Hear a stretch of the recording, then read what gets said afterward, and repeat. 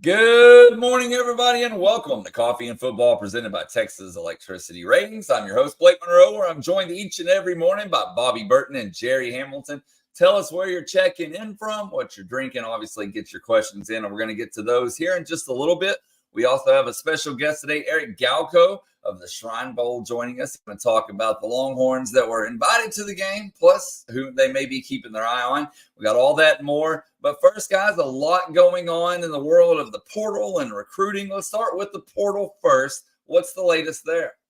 Yeah, TCU transfer Dominic Williams is on campus at LSU. Got in, I think, yesterday afternoon, evening. Well, that visit will continue today. He'll either fly back to Fort Worth tonight or early AM Wednesday. A decision could come as early as Wednesday night here, or it could roll into later in the week, Thursday, Friday. But we do currently expect a decision this week by Dominic Williams, a top D lineman in the portal. Look, I think Oklahoma, Texas, LSU, Missouri, they're all still fighting in it. So we'll see what happens here. I mean, obviously, he has a big day at LSU coming, right? Those guys get in the evening, have a little dinner, but the big day of visits coming up today at LSU. So I think tonight, tomorrow, maybe we start to get a feel for who's getting cut out of it, maybe not officially cut out, but who this decision's actually going to come down to. It normally comes down to a couple of schools. Maybe there's four involved, but normally it comes down to a couple at the end of the day. So I think either late tonight, early tomorrow, maybe we hear who the actual two are. We'll see. Everybody's still swinging away at it. Everybody still thinks they have a chance. So we'll see what happens because the visit process is ongoing. Simeon Barrow, the D lineman out of Michigan State, it remains a possibility to visit this weekend. So we'll see what happens there. Derek Harmon also on the radar for Texas if Dominic Williams goes elsewhere. But the big thing would be if Texas were to get Dominic Williams, do they still attack any other D linemen in the portal? Simeon Barrow would be the guy in that scenario. So we'll see what happens. On corners, Bobby, nothing really new on our end. The portal closes tonight at 11:59 p.m.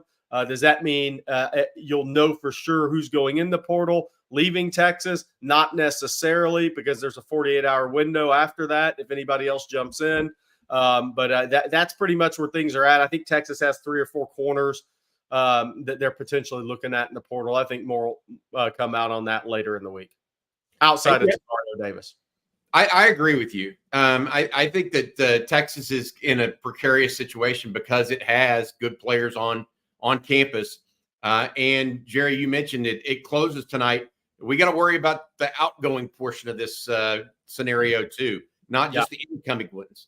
While Texas has so far had 8 guys enter the portal, pushing them down to 81 guys on scholarship right now. I get the sense that there are a couple that Longhorn fans, or not Longhorn fans, but Longhorn coaches even, are a little, I wouldn't say reticent, but just waiting to see if the other shoe actually drops. As of yesterday afternoon, the other shoe hadn't dropped, by the way. And so that's it. Checking in from Melk, Austria. There's a church in Melk, Austria I went to when I was like 21 years old, that was like the most beautiful church of all time. But what I was saying to you guys is this. There are a couple guys that as of last week, and I wrote this on ontexasfootball.com this morning, there were a couple guys as of last week that were as good as gone from Texas, period, end of story. Post interviews with Steve Sarkisian went well, and now you're wondering what's going on. One of them, another one, the post interview with Steve Sarkisian didn't necessarily go the way he wanted it to, but still may be staying around because, he may not have the options that he might have thought he did. So there's a number of different machinations or different ways going on right now that we can all kind of think about in our head. But we're waiting to see if anybody else from the Longhorns actually head elsewhere. There are some names out there. We're not going to put them out here right now, but they're not unlike the ones that we've heard about ourselves. So long story short, it is a big day in that regard. I am more concerned right now, frankly, with Dominic Williams, the late visit to LSU, combined with the fact that Oklahoma has been on him so hard. Jerry's here in Oklahoma, LSU, Texas. Those three, the Sooners just aren't going away right now. And what does that mean? We'll see. I'm just Bobby, some people have been asking about Missouri. Look, everybody's going to throw in their best NIL deal right now. We'll see what it comes down to for Dominic at the end of the day. Is it opportunity? Maybe somewhere where he thinks he's going to play 500 snaps versus 350 snaps, 400 snaps. Is it opportunity? Because everybody's going to have a good NIL package for Dominic Williams. He's going to do great in that regard wherever he goes. What's it actually going to come down to at the end of the day for him? Will be interesting. Well, the portal's not the only recruiting going on, as high school coaches have been on the road here, including visiting a 5-star prospect yesterday. Jerry, you had the scoop on that over on ontexasfootball.com. But what's the latest there? Fill folks in on that and everything else that the coaches are doing. Yeah, look, so Texas was on the road yesterday in the state of Florida. And one of the guys that is Dallas Wilson, 5-star receiver from Tampa Tech. He's committed to Oregon, but he's going to visit Miami and Florida. And he's also got an official visit scheduled to Oregon. Texas offered him way back in September of 2023. Jeff Banks was at the school for 3 hours. It was at Tampa Tech for 3 hours yesterday. And visited with the coaching staff, watched the practice. So Texas is trying to make a run here at Dallas Wilson, one of the very top receivers in the country. And he is a guy that, I know Bobby saw the tape, he loved him as much as I did. But that's interesting because Jeff Banks and Kenny Baker were down in Port Charlotte yesterday to begin Monday, meeting with Myron Charles and his mom. And then Banks made his way up to Tampa. So Texas also tried to recruit with DJ Pickett, a 5-star safety out of Zephyr Hills. But Dallas Wilson here, one of the top receivers in the country. We'll see if Texas can get an official visit. The ideal dates for Texas aren't there, but this kid's so good, Bobby. You just try to get him to campus and see what happens. But he's one of the best players in the country. I love him. I love his body control, Jerry, as much as anything.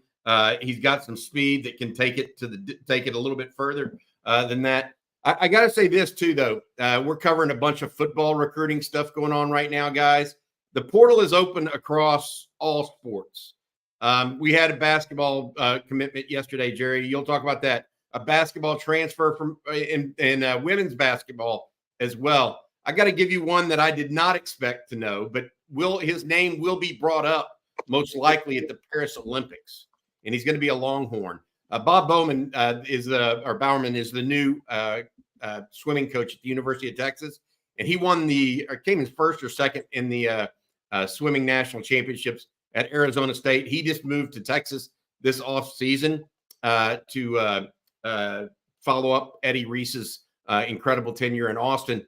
Long story short, he just got a swimming commitment from a young man named Hubert Koss, K-O-S. Now, I wouldn't be mentioning a swimming commitment if it weren't something a little bit special. He was the world champion in the backstroke in 2023. He is the gold medal favorite in 2024 at the Paris Olympics, which are just 2 months away. And he is now officially a Texas Longhorn. I know that not everybody keeps up with the Olympics, et cetera, but love to see Longhorns represented on the global stage as well. He's originally from Hungary, by the way. Hubert Koss, now a Longhorn. And by the way, I didn't mention, because we were talking about Dallas Wilson receiver, but Kenny Baker saw Myron Charles and then was at O'Galley to see Brandon Brown for practice on Monday afternoon. Texas had, I believe, Kyle Flood was at IMG yesterday as well. Brett Collier, the 2026 offensive lineman, one of the top guys in the country and a top target for Texas. He was on campus at Texas in April with his father. So Texas staff out and about. Tashard Choice scheduled to be at Calvary Baptist today to see James Simon, the 4-star running back out of Shreveport. I believe Kenny Baker and Kyle Flood are both scheduled to be in the Atlanta area today as well. obviously Josh Petty, 4-star offensive tackle. Then Juan Gaston, 4-star offensive tackle from Atlanta Westlake. He's visiting June 14th through 16th, but Georgia's considered the favorite there. On D-line recruiting, there's a number of talented defensive linemen, guys in the state of Georgia, a lot every year at this point. But I do think Kenny Baker, if what I was told yesterday at Greene County in Greensboro, Georgia, Kenny Baker's expected by Tuesday afternoon, this afternoon, to see Kevin Wynn, the 4-star defensive lineman from Greene County there in Greensboro, Georgia, who Texas has been trying to make a run at. I think FSU is ahead of Alabama right now. Georgia's probably third for Kevin Wynn, but a guy that's around 50-foot shot putter, plays basketball, really good over-the-ball prospect. So Zion Williams, I think, is the number one over-the-ball prospect for Texas in this class, but Kevin Wynn is a guy that Texas would love to get on campus for an official visit. Really strong, plays low, wins the leverage game, naturally strong kid that once he becomes a one-sport guy at the next level has a chance to take off. Jerry, he plays the way you're supposed to. Yep. Oh, that's a suplex move there. Yeah, look, he's got good down, baby. He's got good quickness for 6'2", 320. Oh God, barrel chested, big arms. I mean, he passes the eyeball test in person as well as the tape test. Hey, we've got our special guest coming up here pretty quick, but first I want to say thank you to our sponsor. Our sponsor is Texas Electricity Ratings. For those of y'all still living in Texas and in the major cities with deregulated electricity like Dallas and Houston, you understand that the deregulated electricity market can be confusing. It is to me. Texas Electricity Ratings is a shopping website that lets you compare prices, read customer reviews, and find a good electricity plan that fits your needs. It also filters out a lot of the gimmicky plans on websites like Power to Choose that trick customers into expensive bills. So check them out. If you're in the market for a new electricity plan, especially with summer coming up, shop TexasElectricityRatings.com/OTF for all your electricity needs. And they say hook them to the folks at On Texas Football. Okay, guys. Well, as you said, Bobby, our special guest is here. I'm going to bring him in. Eric Galco, the Director of Football Operations and Player Personnel for the Shrine Bowl. Shrine Bowl obviously had 3 Longhorns selected to it this past game. Eric, how you doing this morning? I'm doing great, guys. Thanks for having me on. As I'm in my car here, I feel like I'm on the McAfee show right now, so I appreciate your flexibility, guys. Well, I got to be honest with you. Let Bobby ask Jerry's normal position. That's Jerry's normal position in the car. He'll be in it next week down in Florida and Alabama and parts in between. So, Eric, thank you for coming aboard today, bud. Absolutely appreciate it, guys. Yeah, we wanted to get your take on the 11 Longhorns drafted. Obviously, a move in the right direction for Steve Sarkisian and his program. You guys at the Shrine Bowl had 3 Longhorns there, as Blake mentioned, JT Sanders, Jonathan Brooks, and Ryan Watts. All 3 going in the draft. What was your takeaway from those 3 guys and maybe the Longhorns in general with this NFL draft? Yeah, I'll start with the Longhorns in general. I think, being at the program the last couple of years, especially, and seeing the personnel staff, the coaching staff, I mean, that program is just run in a way that they're going to have a pipeline for the future, right? It's very clear that Coach Sarkisian kind of saw what the process was at Alabama. I'll tell you, like, from NFL scouts love going to Texas, right? NFL scouts don't love going to teams because of great talent.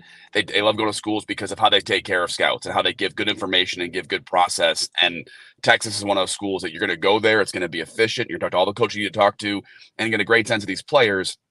On top of that, these guys are really talented guys too. But that's why I think you'll see, just like the Michigan program and Alabama program, like, you'll have the top end guys. But I think where Texas is going to really grow in terms of draft picks every year is those 4th, 5th, 6th, 7th guys, because NFL teams are just going to feel so comfortable with who they are as people and players as well too. And that was in some parts Ryan Watts, right? Certainly physically, athletically built the right way, but I think teams knew the character and knew how strong of a character guy he was, and say, hey, this guy at worst is going to be a special teams ace who comes from a great program. And I think that's why Brooks and Sanders have the obvious talent, but guys like Ryan Watts and more at Texas are going to come out of that program for the future.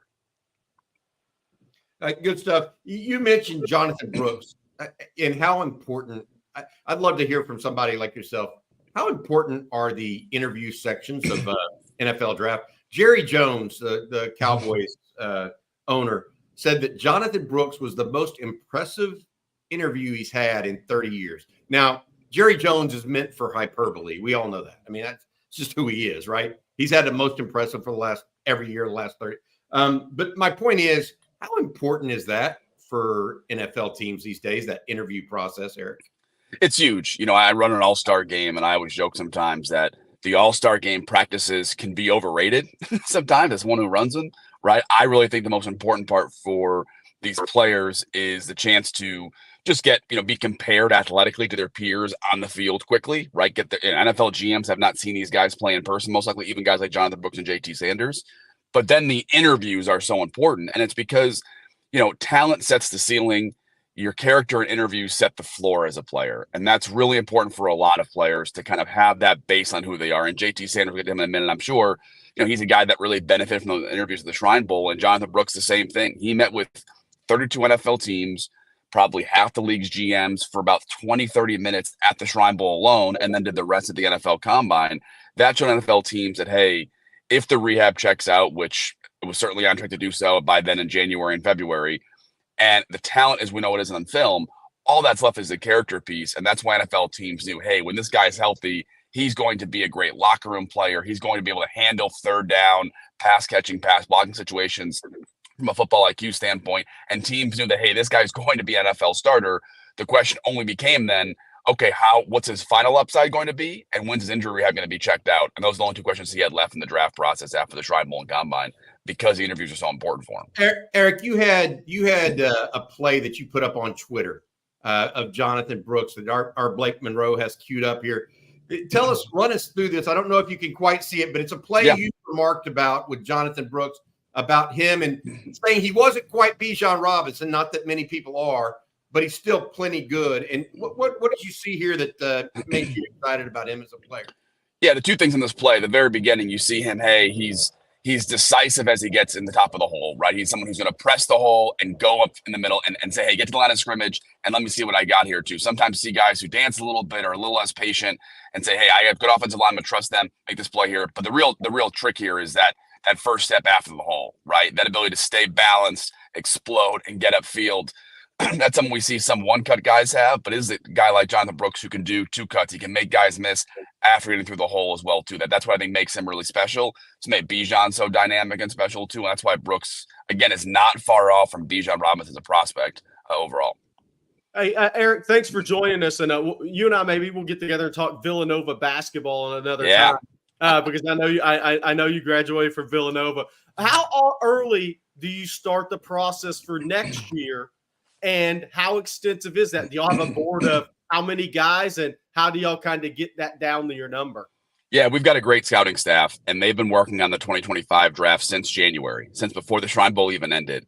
So I like to, and I learned the last couple of years now, I like to say laser focused on the 2024 draft class. So I joke all the time with my staff, like all the guys in next year's draft feel like made up creative players on Madden. Like I've never heard any of them. That's obviously a little facetious too, but we've got our board already built. We are, probably 90% of the way they're done for next year's draft class. I know Texas has a whole bunch of players. They got 2 more running backs.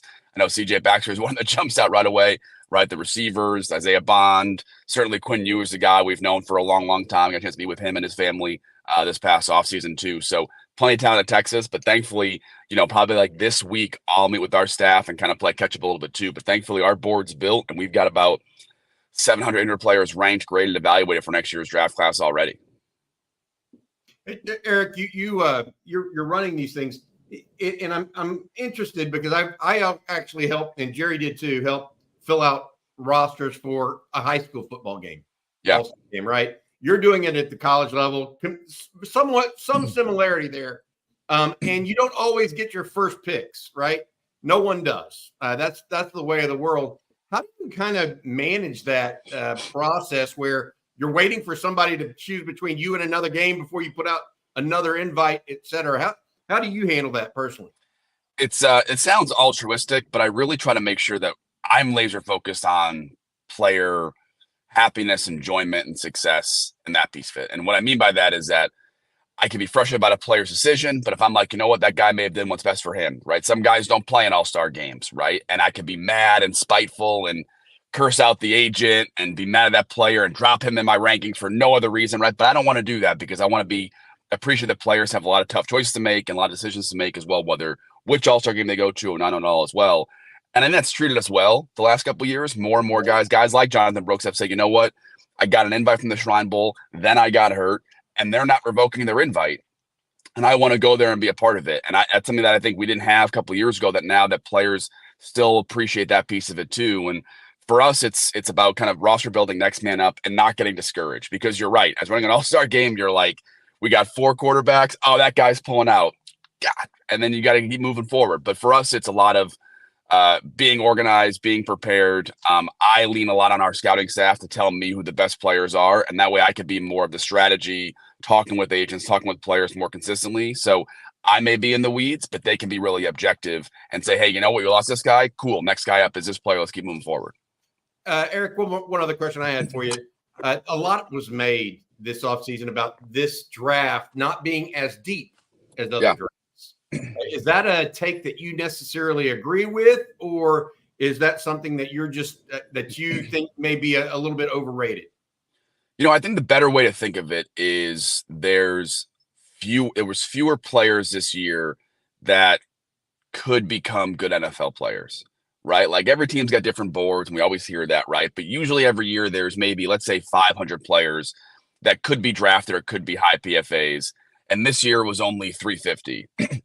So there were still 255 plus good players that were drafted. But I think teams, saw boards pretty similarly this year, meaning that, hey, there wasn't going to be a lot of discrepancy between teams. And also teams made other arrangements, right? The Philadelphia Eagles said it, like they signed a lot of players off practice squads of other teams at the end of last year, knowing it was going to be the case, right? The Arizona Cardinals have 3 PFAs, right? Which is usually every team has 7, 8, 9, 10. They have 3, right? Some teams opted to trade back and collect multiple 5th, 6th round picks to draft more guys before the 7th round. Some teams just said, cool, we'll take your next year's picks and we'll figure it out later too. So I think every team was prepared for that and had different strategies on how to handle it. But I would say it was, again, I think collectively weaker. There wasn't as many depth of good players, but this is not going to be like some all-time historical bad draft. There was plenty of talent at the top of the draft. We got 6 quarterbacks.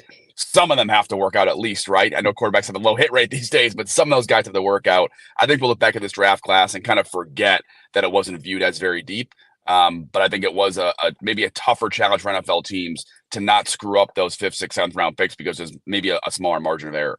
Hey, Eric, we've had a number of people on. We have over 2,000 people on right now. So a lot of people are asking, what are your thoughts, y'all's evaluation early on Quinn Ewers? Because obviously he's the name for Texas fans heading in the next season, and he's going to be in all the mock drafts, him and Kelvin Banks in the 1st round. Yeah, I think Quinn Ewers has a chance to be a special quarterback. It's always hard for quarterbacks, I think, at big programs who have big expectations early on because they don't get the chance perception-wise to grow, right? And there were certainly throws this year that I think Quinn will tell you he'd love back. Even throws that were completed to Xavier Worthy, A.D. Mitchell, that, like, hey, I wasn't placed that perfectly. But that's not who he is. He's still growing and developing as a quarterback. And I think I know he's going to make big strides this year that I think people are going to forget that maybe, oh, man, I guess he was just okay last year. Like, no. He's going to be, I think, a dynamic quarterback this year. I think the ball placement's going to be even better. And the downfield touch, those are 2 areas I think he wanted to work on this offseason, and they'll both be much better. And I've already seen about, how next year's quarterback class is not going to be good. It feels like every year, next year's class is either the best class ever or the worst class ever. Yeah. And I think next year is going to be just fine, from Shadur to Drew Allard to Carson Beck to a couple other guys, and Quinn is definitely in that category too. So I think Texas fans should be incredibly bullish on Quinn, and for how good he was last year, production-wise and in big games, and how much room he has to still get better. Like, that's what excites you as a scout, is saying, hey, this guy's already okay and he can get so much better. You can't beat that in terms of evaluation. Hey, Eric, I know you guys have your scouting group that puts together, you said 700 guys on the board. My question is, okay, when y'all talk to Steve Sarkisian or, whoever the coach is, do they sell you on their guys, or are they just more making sure that y'all know who the guys that they think y'all should be looking at are? I mean, is there a sales process from these coaches? Yeah. Or at that level, is it beyond that? It's a great question because it's very different by school, right? There are some schools that I won't name that really try to sell you on guys, and that can work for a year or two. But if those guys don't work out, then that coach loses all credibility, and that's not Coach Sark. You talk to Coach Sark and really coach that Texas program, and they're going to give you the honest truth on guys, not negatives, not both positives and negatives, but they're going to give you the honest truth on who that guy is and may be. There was some honest feedback about the pros and cons of like Tavondre Sweat, who's a great kid and a great person and had to go through some stuff, and they weren't negative about him. But I think as a scout, you feel comfortable. Sometimes we think of character and that piece of who a player is in terms of just positives and negatives. All you're doing is building a depth of who this guy is, right? If I just really know who Tavondre Sweat, who had some documented, I think, questions teams had too, but the Tennessee Titans, I think, took him, right? They felt very comfortable. They knew exactly who he is. And if you know who a person is, you can make anything work with them. And that's what the Texas program does a great job of, is they can give you a really clean idea of who this player is and who they can be as a person and who they can be when they reach the NFL. And they do a great job of that from Coach Sark all the way down. Other programs, not so much. I can't trust that head coach. I can't trust that guy. He's not going to give me good information too. And again, that just creates questions in the draft process that players sometimes have to answer unfairly. The one follow-up I had, because we've had some questions about the 700 number maybe that you guys are looking at. That's not just upperclassmen. That's like sophomores that are going to be juniors, right? That's like guys who could be draft eligible. That's everybody. By the Shrine Bowl, we'll have about 3,000 players written up, evaluated, all that stuff, right? So right now, 700 is probably what we feel comfortable with too, right. But that's going to keep growing and growing. It includes underclassmen. All-star games can have underclassmen. And plus, we also work with NFL teams and share notes, right? We want to make sure we know every single player in the country. Yeah. All right, Eric, before we let you get out of here, and thanks again for joining us, but tell folks out there about the Shrine Bowl. Obviously, y'all had a big year this year, 57 players drafted, the most in Shrine Bowl history.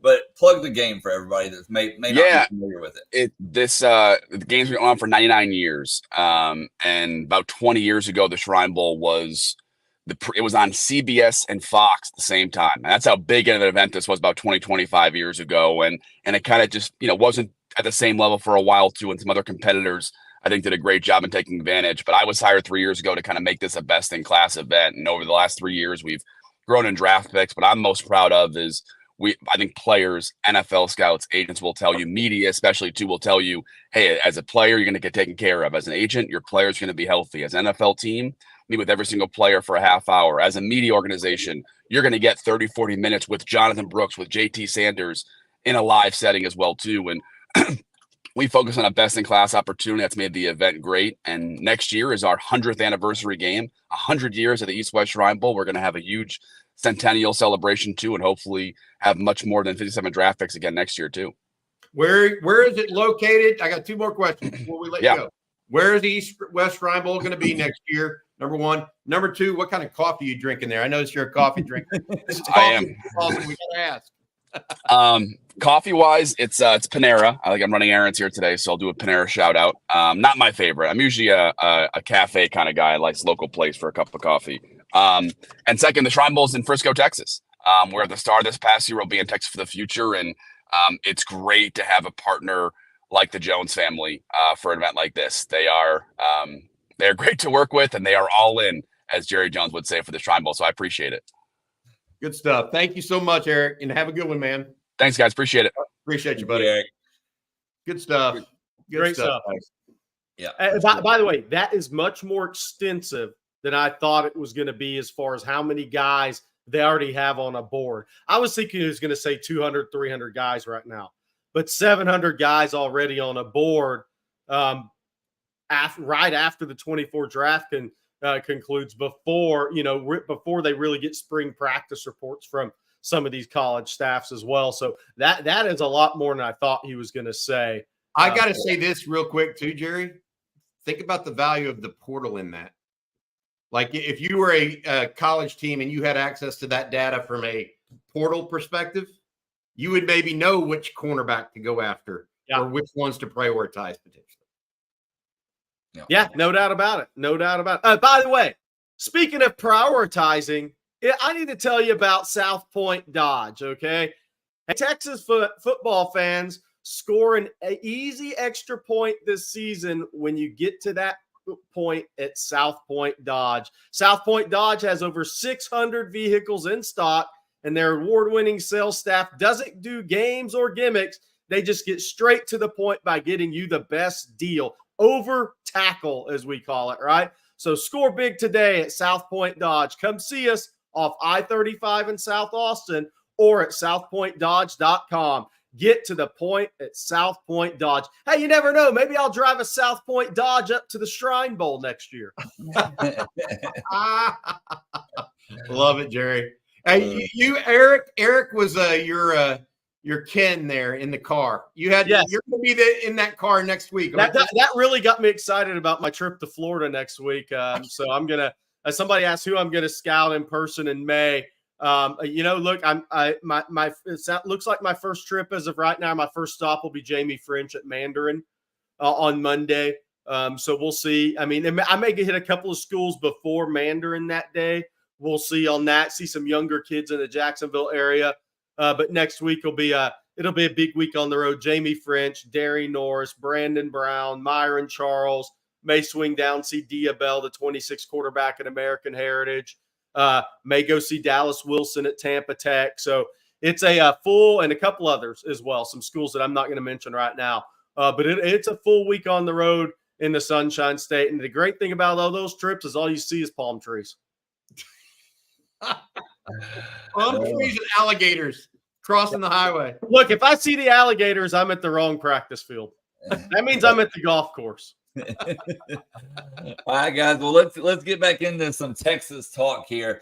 Obviously, we talked about high school recruiting. We talked about the portal, but a couple of commits for Texas men and women's basketball yesterday. Jerry, what's the latest there? Tell folks about it in case they missed it. Yeah, Texas took Malik Presley, who's originally from San Marcos High. He played a year at Vanderbilt, 6'6" left-handed guards. Texas got a couple of 6'6" left-handed guards out of the portal. But he's a guy who, Texas tinkered with being done at guard. Then when Malik Presley became a possibility, I think they thought the upside there, maybe not next year so much, but the years following, he's got a chance to be a good player for Texas. He started 5 games as a freshman for Vanderbilt, didn't put up big numbers on that team, but started 5 games, a really good finisher in the paint, pretty crafty with the basketball.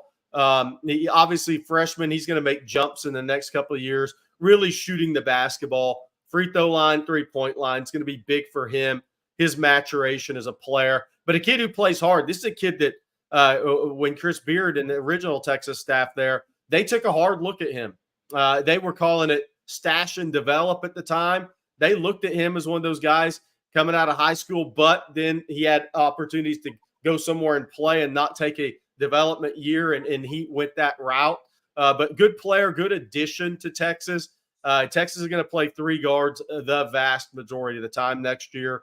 Kind of think Miami Hurricanes, that Final Four team. And I said this when Frank Haith came on staff. That's pretty much, I thought, what Texas would morph into. And I think you're seeing them in this portal class kind of go in that direction. Texas still, they're not. Look, Brandon Garrison, the Oklahoma State transfer, the big man, I think he may decide today Texas and Brandon Garrison are not getting married. I don't think that one was going to end up working out after the visit. So I think Brandon Garrison will probably end up at Oklahoma, maybe Oklahoma State. He goes back.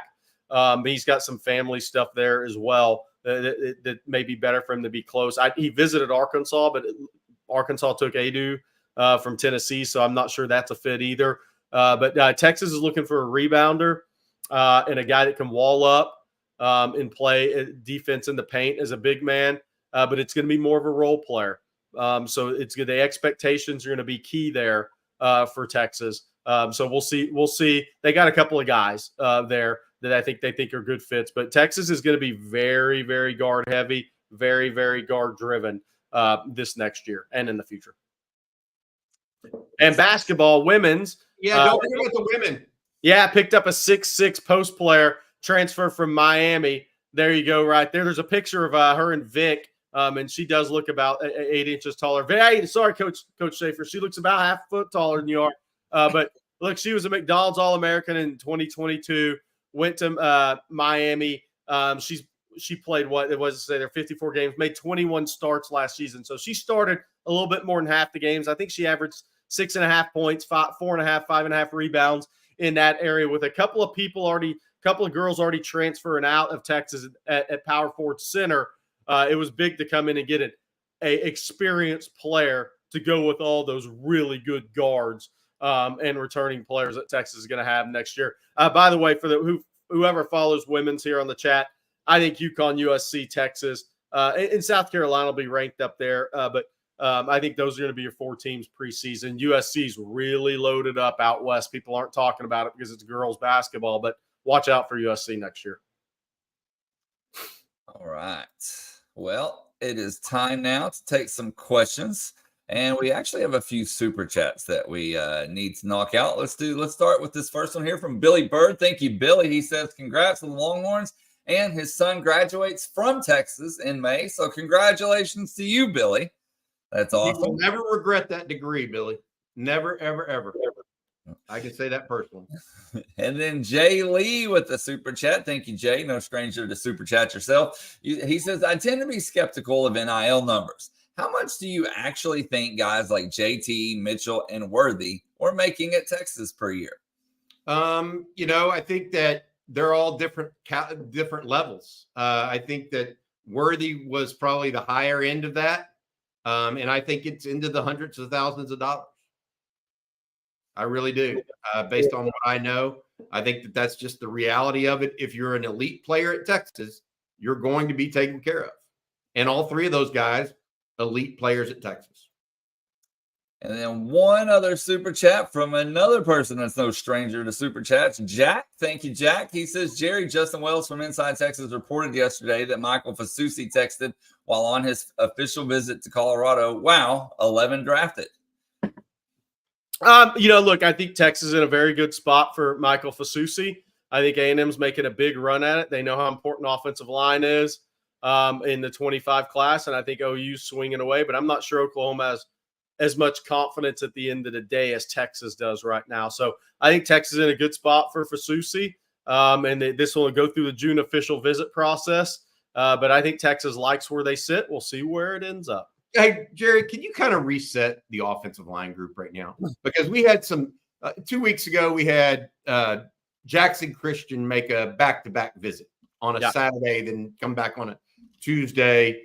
We had some other movement as far as potential commitments / whatever. Just reset the offensive line board for folks in a very macro view for 2025, because I think it's very clouded right now because there's a lot of elite players like Fasusi and Lamont. All these guys, the Coleman twins are 2 of the 3 triplets.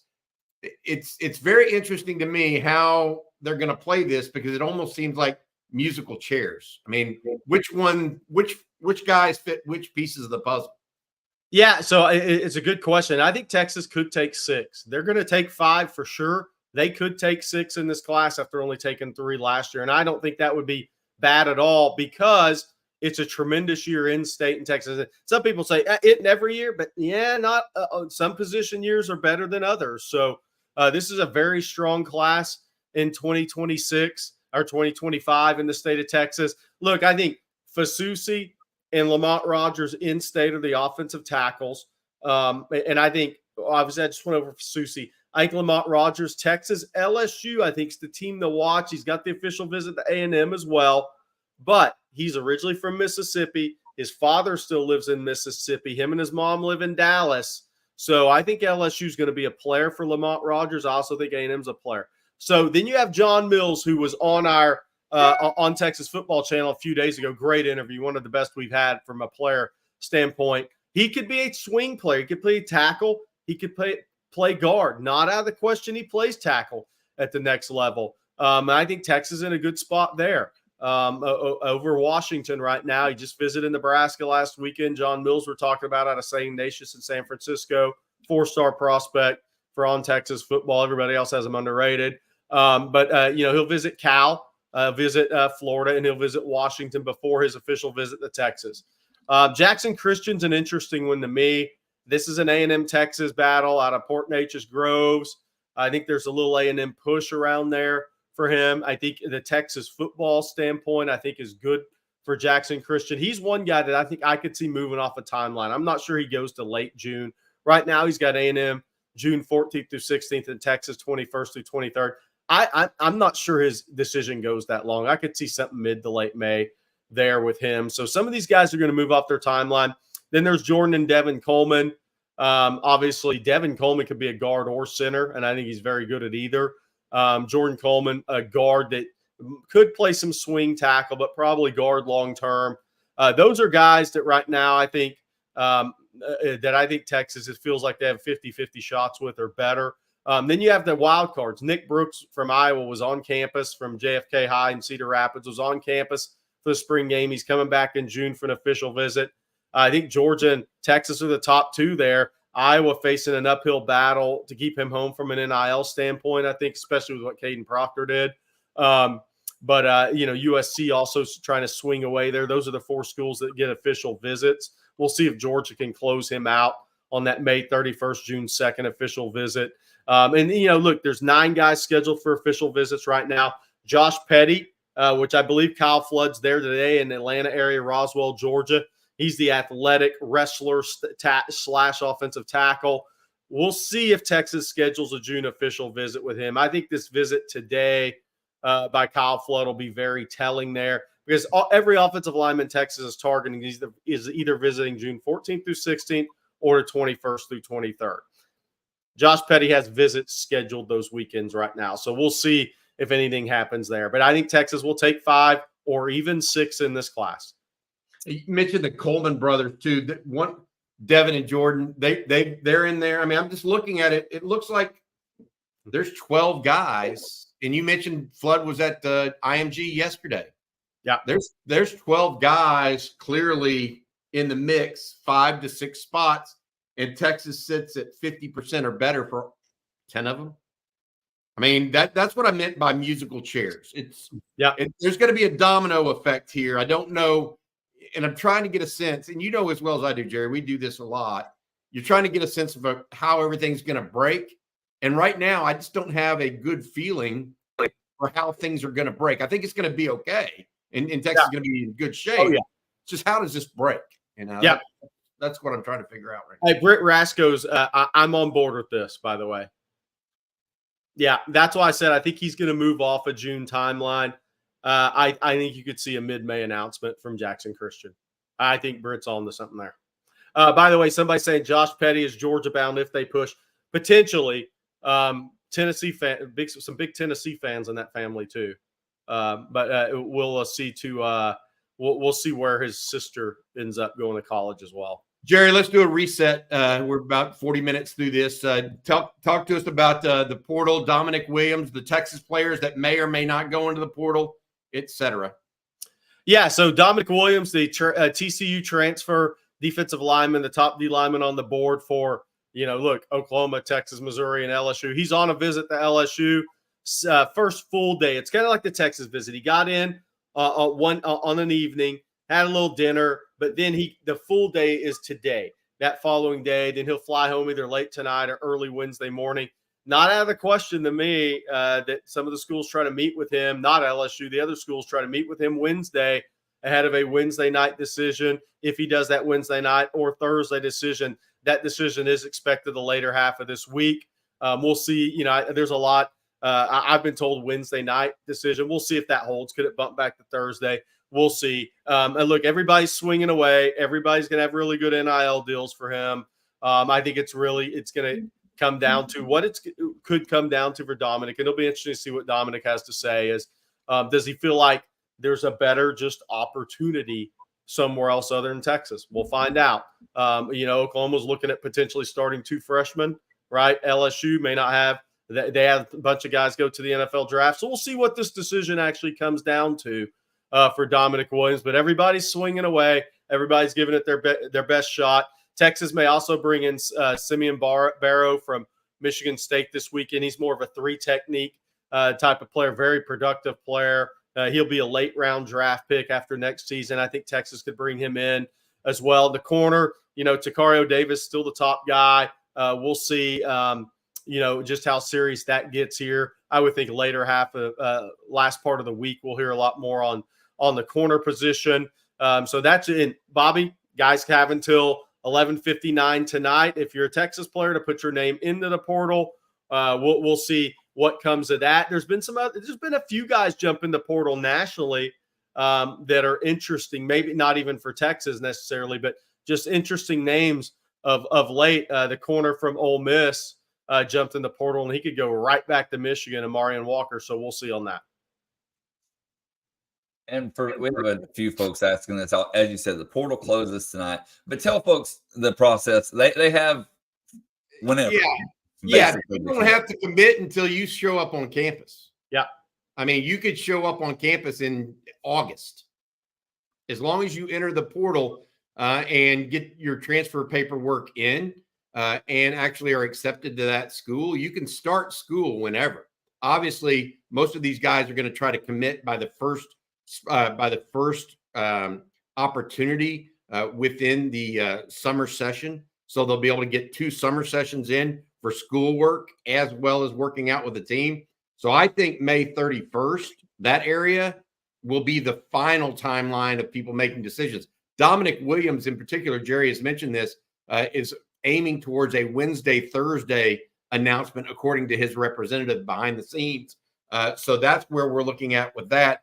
But otherwise, they have till May, and till mid to late May to make a decision. I think some will take their time and make further visits, et cetera. One last thing I do want to mention as far as Texas players potentially leaving.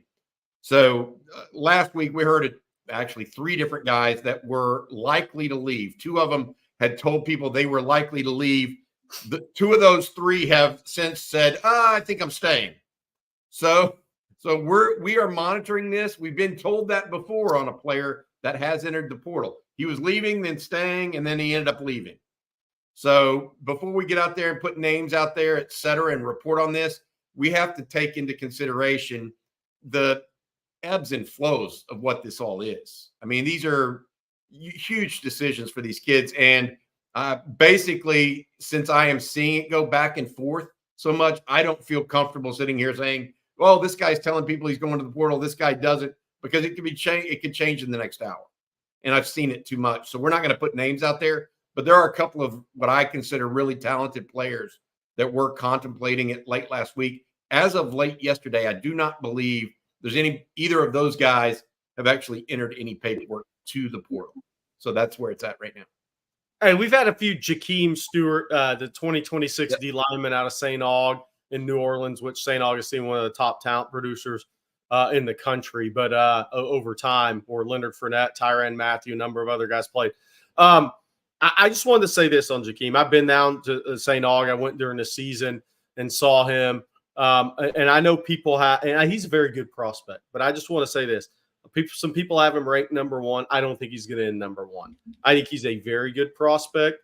I don't think we're talking about a generational type of talent here. I think he's a very good player, and I'm not saying anything negative about Jakeem, but I am going to give my real opinion here. I think he's very good. We aren't talking Myles Garrett, Jadeveon Clowney, anything like that here. I mean, he's a very good player.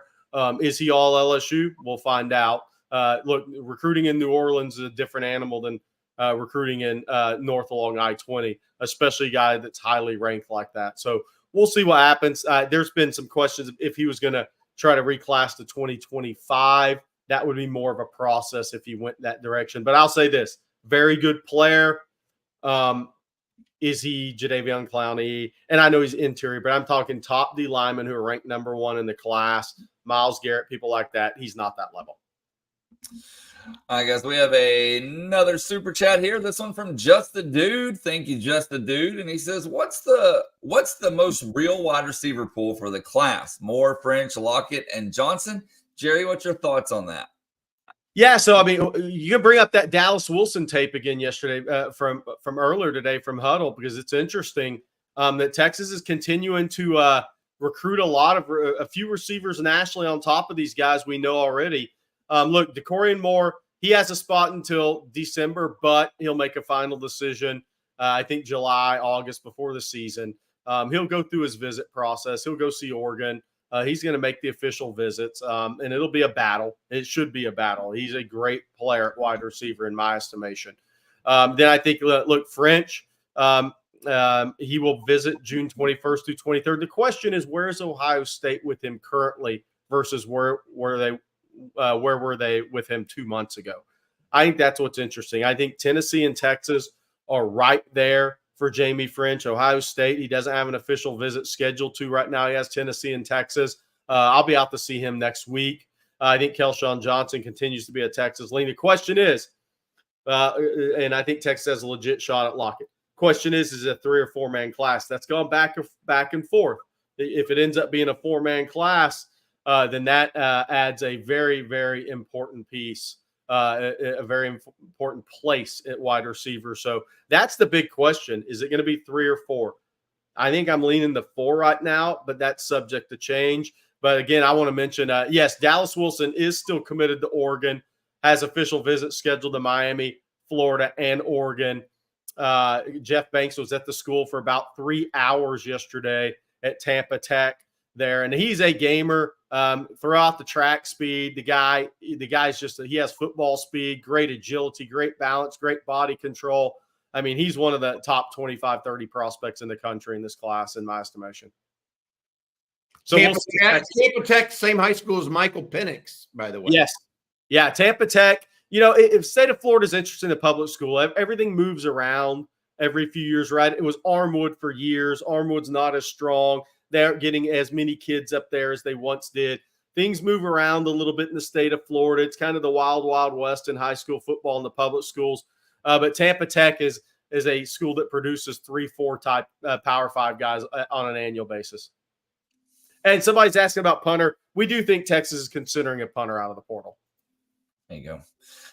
This next question, fellas, is going to come from King Me. We'll talk a team-related question here. And he says, how would you describe Sark's first year in the SEC? Is it a rebuild or a reload? Well, I think Texas fans hope it's reload. I don't think there's any doubt. And it's hard to say you're reloading, even with 11 draft picks. It's hard to say you're reloading when you're bringing back your quarterback as a third-year starter. And so I think reloading is more familiar term, since you actually have 3 new receivers and you have the same quarterback. You have 2 of the 3 top running backs. You've got another tight end coming in that actually projects to go higher in a draft than the one that you just lost did. The question is, will they reload at every position? I don't think they're going to get there at defensive tackle right now, if I'm betting. I just don't think they get there. But we'll see how it goes. I feel good about where Texas is at, and I think it's definitely a reload situation. The question I will have ultimately is, how much more difficult is this schedule? How much more does it beat on your body to play a Mississippi State in Kentucky as compared to no offense, but to a Kansas and a Texas Tech? I'm going to say this, and I'm going to be very just real about this. There is no more rebuilds at Blue Bloods in the portal day and age. If any coach steps in front of the mic and say, hey, it's a rebuilding year, you got the wrong coach. Period. There's no rebuilds anymore at Blue Blood schools in the transfer portal. If your coach is saying, hey, we're inexperienced this year, you got the wrong coach, guys. Shouldn't happen. No excuse for it. It's reload every year in the portal for Blue Bloods. No doubt about it. I think Texas could have 12 guys drafted next year. Not out of the question. Crazy. Phil wants to know, does Texas' penchant for high rotation on the defensive line in game change any thoughts from potentially incoming players? They do a heavy rotation, but it wasn't crazy from what other teams do last year. I mean, Sweat had 400 and something snaps. Byron Murphy, high 300s. Backups had around low 300s, high 200s. And that's Collins and Broughton. My take on it is that's just normal. I mean, no defensive tackle plays every down anymore. That just doesn't happen. And so there's going to be a level of rotation there.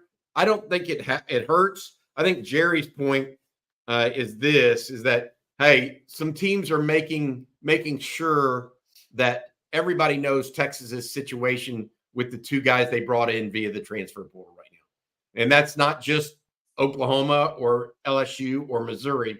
All three of them are making sure people know that Texas already brought in 2 defensive tackles. So on top of Alfred Collins coming back, et cetera. So that is where that situation sits right now. I don't think that it's hurting that way. I think that once somebody gets it in their mind, it's hard to overcome it. And that's where Texas may be sitting right now with Dominic Williams. Well, we're going to keep talking about defensive tackle here for a moment, guys, as we have a couple of questions and comments on that. This first one from Osmosis Jones. What are you guys hearing about Alfred Collins and how he's coming along? Well, I've heard he's been better. He obviously had the interception return for a touchdown, but we did not see him much in the spring game. I mean, so to say really that we know this is happening, but I think that everybody expects him to be a draft pick next year. The question we all have is, how is he going to play the run? He's going to play against bigger guys this year. So he's going to be forced to be bigger against the run from a 3 technique. I don't know is the final answer. I wish we could sit here and say, oh, he's having a great offseason. I haven't necessarily heard that he's having a great or a bad offseason, either one.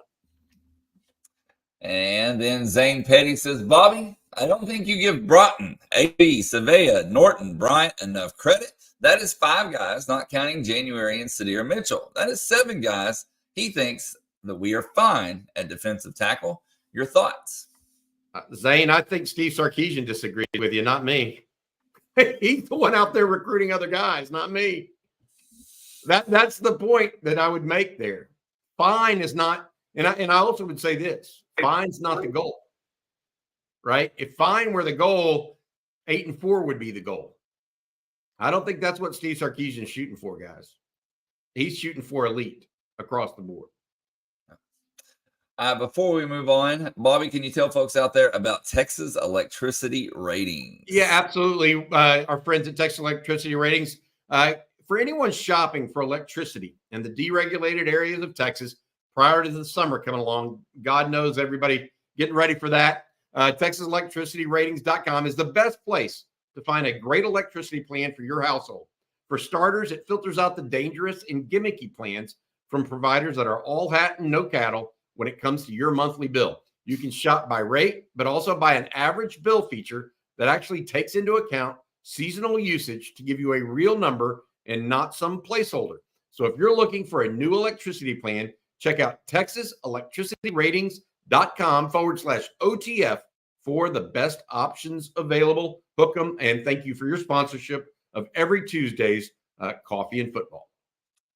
Okay, guys. And we had a question earlier, Blake, and we didn't get to. Yeah. Somebody asked if I thought DeAndre Robinson would have been an impact player. Yes. Yeah, look, a freshman defensive lineman, play snaps probably. Impact guy, no, I don't see Tommy Harris there, right? I didn't see that in DeAndre Robinson. A lot of it's up to DeAndre, though. DeAndre can legitimately can be as good as he wants to be. And some people say, well, you could say that for anybody. No, there's levels to it. DeAndre could be a high draft pick if he wants to be. He's a very talented kid. But impact freshman D lineman, I mean, look, Alex January will play a little bit, right? He's not going to play 300 snaps next year. And DeAndre Robinson would have been in that similar boat at a 3-tech position for Texas. So would he have got on the field? Will he get on the field at Florida? He should. If he doesn't, he didn't work hard. He didn't care about his development in year one because he's too talented to sit and watch. I'll say that. But where he ultimately goes is totally up to him. But if he wants to get there, that dude's talented. Okay, guys, time for some more questions here. Plenty of time to get some more questions in. And let's talk about this. Freddie says, should we be worried about portal defensive tackle and defensive back not trending up? Feels like Williams is headed elsewhere. I'll get it right here in a second. And defensive back search is on plan C. I don't know if it's on plan C. They haven't really pushed in the portal as yet in defensive back particularly because they didn't lose Terrence Brooks until last week. So you got to remember, it's only been a week. That's number one. So I take it. So let's disregard what or let's say that's been addressed, the defensive back. As far as the defensive line situation, I do think it's getting to a situation where they want guys that can make an impact right now. And that list is few and far between. That's just the reality of it. So I feel like we're going to have to wait and see what happens with Williams. I do believe that he's going to return from LSU. I think Texas and OU are probably still going to try to have one more say here before he makes a decision. But, we're waiting to see just like everybody else. It sounds like Oklahoma and LSU have both made pushes, much harder than Missouri. And I know people are saying Missouri, et cetera, but Oklahoma and LSU are the ones that I think Texas needs to be concerned with at this point. And I want to say that, look, the plan is to announce Wednesday night, right? That's been the plan. We had reported that last week that was a likely date, Wednesday or late in the week. They want to have a decision by Wednesday night. Could things change? Always can change, but that's the plan. All right, guys. Our next question here. We've talked about portal guys coming in. Champ Bailey wants to talk about Terrence Brooks, who recently is going out. He says, I'm hearing University of Texas San Antonio is in the lead for Terrence Brooks. Do you think this is true? And why do you feel like he would go down in competition? If that's the case, then I think it's a clear, UTSA and all your credits transfer from Texas to UTSA. Yep. That would be a real primary reason for that. And it's a clear path to the football field for it. And any given Saturday, sorry, I didn't see the super chat. I know we just talked about this and we've talked about it throughout the broadcast. Any news on contact with Dakario Davis? And thank you for the super chat. As of right now, there is no new news. He participated in Saturday's spring game with Arizona. He has been in the portal since January. So this is a ongoing saga. It was one time thought that he was going to end up at Oklahoma when he entered the portal, Jerry.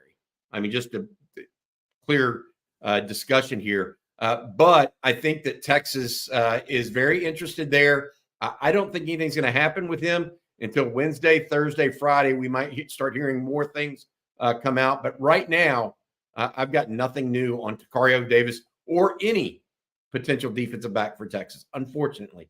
Or fortunately. Maybe that's the way Texas wants it right now. We've had this question asked quite a bit. Sark After Dark. Well, on Texas, develop your own star rankings. Jerry, I'm going to let you take this one.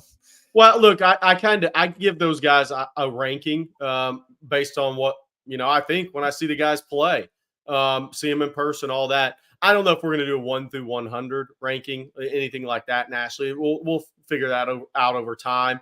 But I am going to give you all a pure opinion on, where I think a guy is. And look, we've both been knowing this a long time. So I can see if I see a kid say, okay, being part of national rankings for over a decade, this guy's going to top 100 level player in the country. When I just watch guys, see those guys, I'm going to give you all an accurate description of where I think the guy is. We have an on Texas football 5-star, 4-star, 3-star. We label those guys such, but 1 through 100 rankings, I don't know. We'll see that over time. And Jerry, I'm going to let you play host on this next super chat and read the question. Oh, hold on. Did Marshall beat you up too much when you're sidelines at NAC? You never mentioned us being look, when my dad went to Nacogdoches, I believe one team made the playoffs. I'm not sure when that switched over to 2. But if you think about that district, it was Texas High, Pine Tree, Longview, Marshall, Lufkin, Nacogdoches, John Tyler at the time, Tyler Lee at the time. I mean, that district was unbelievable at that point in time back then. And no, I got ran over as a ball boy on the sidelines, but I've thought about who that was. I think it was Mark Moore from Nacogdoches, who was one of the hardest hitters you'll ever see. Went on to Oklahoma State and was an All-American out of Nacogdoches. I'm pretty sure I was a young kid. I got ran over once, but no, I think the Marshall guys felt sorry for the little kid and dodged me. If you don't remember, Marshall played Aldine MacArthur for the state championship one year. Yeah. The star of that, one of the stars of that Marshall team was one Odell Beckham Sr. Yep. Odell Beckham Sr. was a running back on that team. So Michael Spruill said that 83 was when it went to 2 teams. So think about that. I think my dad got the Nacogdoches in 81. So for 81 and 82 seasons, they might have had 2 or 3 teams ranked top 10 in the state, and only one of them made the playoffs. So are we overboard with 4 teams making the playoff nowadays? Because I do think on some level it's a money grab. One team was crazy back in the day. I mean, you could literally have a state semifinal game at the 9th week of the high school season in your own district. That's how crazy. I mean, you just think. I'll name those teams again and think about one team making the playoffs until 83. John Tyler, Tyler Lee, Lufkin, Longview, Nacogdoches, Texas High, Marshall, Pine Tree. Oh, sorry, guys. Only one of you gets to make the playoffs. Yeah. Think about telling Duncanville and DeSoto, who's in the same district now. Hey, sorry, the winner's going on. Cedar Hill goes to the regional final or regional semifinal. They wouldn't have made the playoffs. Yeah. Think about being in Katy or North Shores district all those years and only one team making it. Yep. Or the old Southwest Conference, right? The little Southwest Conference, they called it. Midland, Lee, Permian, all those years, one team made the playoffs. That's crazy. Well, while we're on the subject of high school football, we'll take this question from Marco. What's the best Texas high school football state championship game that you've ever seen? Man, I hate to do it to Reggie Samples, but the Hail Mary North Shore over Duncanville was an unbelievable game. Yes, that was an unbelievable game. I'm not sure. Plano East John Tyler is the craziest high school game of all time, but that wasn't a state championship game, I don't believe. But that game, for those of y'all that have never seen the documentary, you can look it up on YouTube, The Final Minutes. John Tyler and Plano East game was unbelievable. Bobby, I'm sure you remember that game with the kick returns, the onside kicks. There was a couple of injuries that were impactful in that game. But how Plano East came from way back, I think that game was crazy. My favorite personally was Drew Brees' senior year. And I know it wasn't necessarily a tight game, but we saw 2 truly great players playing at a high level. Not only was Drew Brees I think at one point in that game, he was 18 for 19, something ridiculous. And the running back for Abilene Cooper was a young man named Dominic Rhodes, who originally signed with Texas, but didn't make it into school. Ended up going to like Midwestern State and then ran for 1,000 yards in pro football. There's a reason that I felt like that game just stuck with me. It was more of a learning experience for me. I did not rate Drew Brees high coming out of high school. And because I had seen him at a summer camp where he was 5'11", 6 foot tall, and he was going up against these guys that were 6'4" and 200 pounds and all this other stuff. And I was young back then. I was relatively young. And that game has always stood out for me because it showed me as much as anything, believe your eyes more than you believe stats or numbers. And I know he had great stats, so that's not really the point about stats, but my eyes told me Drew Brees could throw the ball on a line on a 15-yard out as well as anybody in the country. Yet he was only 6 foot tall. He was only this. That's like, why is Byron Murphy so good? He's only 6'2", Jerry. Yeah. He's only 6'1.5". Yeah. Believe what you see. That's why I always. A couple of things. This is great for the chat, guys. Kyler Murray's comeback against DeSoto was unbelievable in high school. Yes.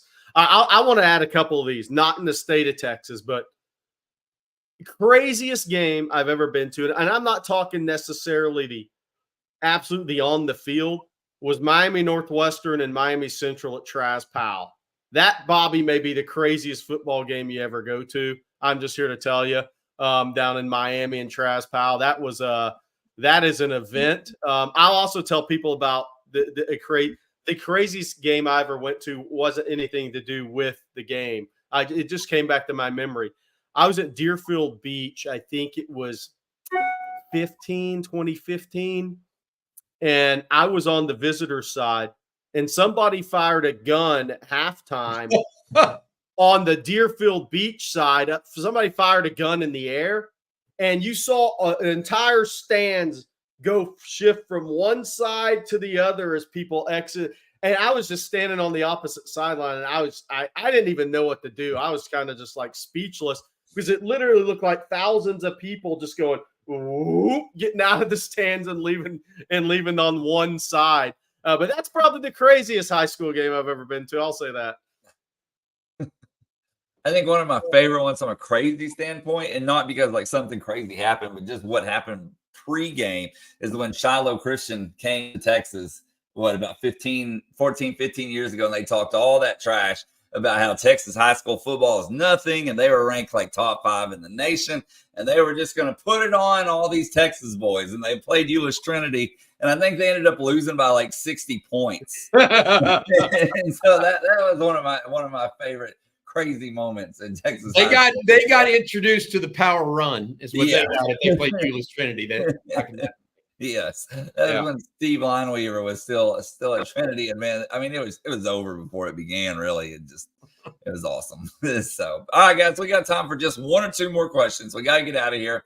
We'll do this one. Chris Young says Texas coaches will keep some aces up their sleeves until the Michigan game. What can you guys see us hiding on defense until that game? I think odd fronts, more odd fronts, 4 to 5 man, more 5-man fronts maybe. I don't necessarily think it's Kendrick Blackshear. I'll just be blunt about that because I actually think Anthony Hill, probably a better downhill linebacker. I'm not so sure David Benda isn't better as well at this point. So I'd say more odd fronts. And then our last one here is from Chris Young. If Barron plays corner, who wears the headset on defense? Do you feel like it'll be Anthony Hill? I think either Hill or Benda, maybe. I'm not so sure it shouldn't be him anyways. I don't think the corner needs to necessarily, or the star needs to be doing that because those guys can be. I'm surprised that more people just don't stick with the inside linebacker. I really am. I don't see the star or a nickel being that guy because they could actually be. I mean, look, they could be motioned out to the opposite side of the hash. Linebackers could be too, but you can chain before you actually know the alignment. You're not going to have that as much. I just think it's going to end up being one of the linebackers. I really do. Okay, guys. Well, that's going to do it for today's episode of Coffee and Football, presented by Texas Electricity Ratings. We want to thank them, along with South Point Dodge, for sponsoring today's show. Anything coming up later, guys, that people need to be aware of, whether it's on the side, on the channel, whatever it may be? Yeah, we're going to CJ Vogel and I are going to do a recruiting breakdown this week, live at noon today. May have a special guest. Really going to go over portal. Coaches on the road, hit on recruiting, most importantly, take you guys questions. So that'll be noon today. Recruiting breakdown will be live here on Texas Football. Maybe have a special guest. I also want to mention, please consider a subscription to On Texas Football. Become an OTF OG for just $39.95 right now. You get $20 off if you use the code OTF OG at ontexasfootball.com. We had a couple articles this morning. CJ's got some stuff coming out today. It's where, I mean, we can't do a video every single minute. So if you want to be in the know, as well as part of a community of like-minded Longhorn fans, please give us a chance to visit and go there on texasfootball.com. Use the code OTFOG right now, $39.95 when you use that code for an annual subscription, or $5.95 a month. Just give us a try. See if you like it or not, and we appreciate it. There you go. Okay, y'all. And we also want to thank Eric Galco for joining us today as well from the Shrine Bowl. That was awesome. Got some good stuff from him for sure. Thank you all for tuning in. Thank you for the super chats and the great questions. As Bobby said, head on over to ontexasfootball.com to further that conversation. If you haven't already, be sure to hit that like and subscribe button. We definitely appreciate that. Ring the bell so you're notified anytime we post a video or go live. That way you don't miss a thing. So for Bobby Burton and Jerry Hamilton, I'm Blake Monroe, and we'll see you tomorrow morning. Hook 'em.